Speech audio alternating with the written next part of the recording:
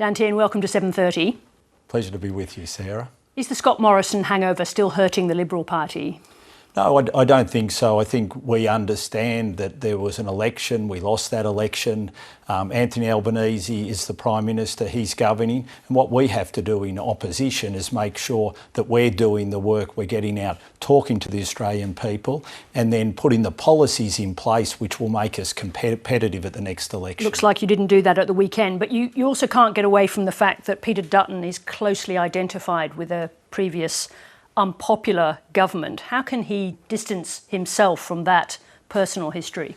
Well, we're 10 months into a new government, and the Australian people will always give a new government a fair go. And they did it to us, and they're doing it for Anthony Albanese. What we've got to do is do the work while that's happening. Let's talk about what happened at the weekend. Just before we began, you described it as a shock. So whatever work you're doing, it's not working. Have you figured out in your own mind what went so badly wrong? Oh, well, we're looking at that at the moment. No, but Yes. the members of your party have said that repeatedly over the last 24 hours. I think it's okay to move on to some specifics. Yes. What specifically was wrong or unattractive to the voters? Well, I think to start with, 8 months after the general election, Alan Tudge decided to retire. Now, there was personal reasons for that decision, but I don't think anyone was expecting that we'd be having a by-election so early. The Prime Minister and the Labor government are in a honeymoon period. Obviously, there's issues around cost of living, energy, but we've got to make sure that we've got to continue to make the case that, it's the policies of the Labor government that are adding to those things. But we're still new. Except voters rejected that. Now, in response to this historical defeat, by any calculation, Mr Dutton had nothing new to offer at the weekend. He reverted only to aspiration and to the Menzies tradition. Does he really have it in him to rebuild the party?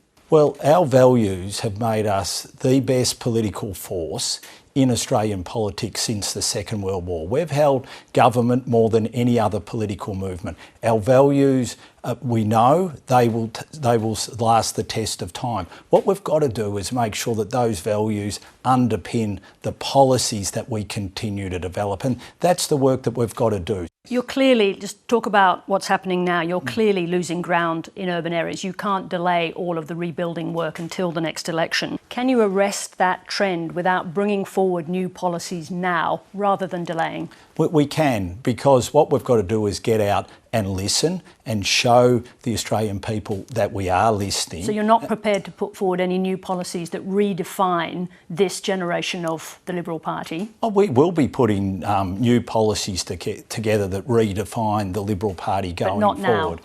Well, we've got to do the work. We're 10 months after the last election. Let me just ask you a specific. Yeah.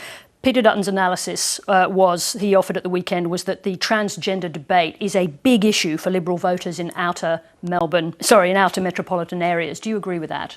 Well, look, there are lots of issues which are important, and lots of issues which are important to individuals. The most important thing is, no matter what issue we're debating, we do it respectfully. We understand that ultimately these decisions are up to the individual. But in that particular case, I just want to ask whether you agree or don't agree with Peter Dutton that the transgender debate is a big issue for Liberal voters in outer metropolitan seats. Well, in some of those communities, it is. In other communities, there are other issues which are far more important. The most important thing is that you've got policies right across the board, and that those policies, when it comes to individual choice, are respectful.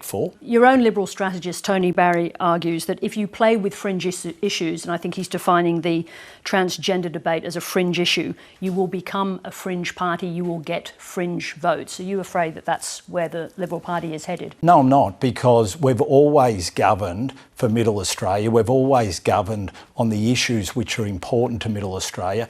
In particular, we've always governed knowing that a strong economy is what has really been one of the fundamental things which has defined us. So we will have an economic plan, we will have a taxation plan to take to the next election.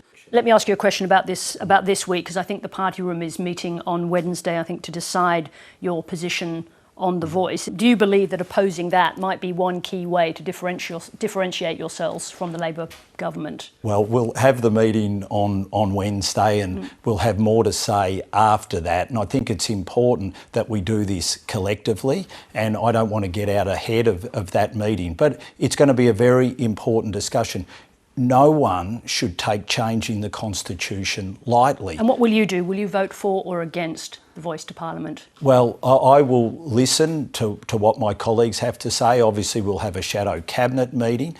One of the things, though, for me is a principled thing, and that is that all Australians should be equal in our Constitution. Sounds like you're leaning towards voting against the voice. Well, I think a fundamental principle that all Australians should be equal in our Constitution. Do you believe that the voice undermines that position? Well, we'll have a discussion in our party room on Wednesday, and we'll have a very important discussion. I think it's 8 or 9 times that the Australian people have voted to change our Constitution in 120 years.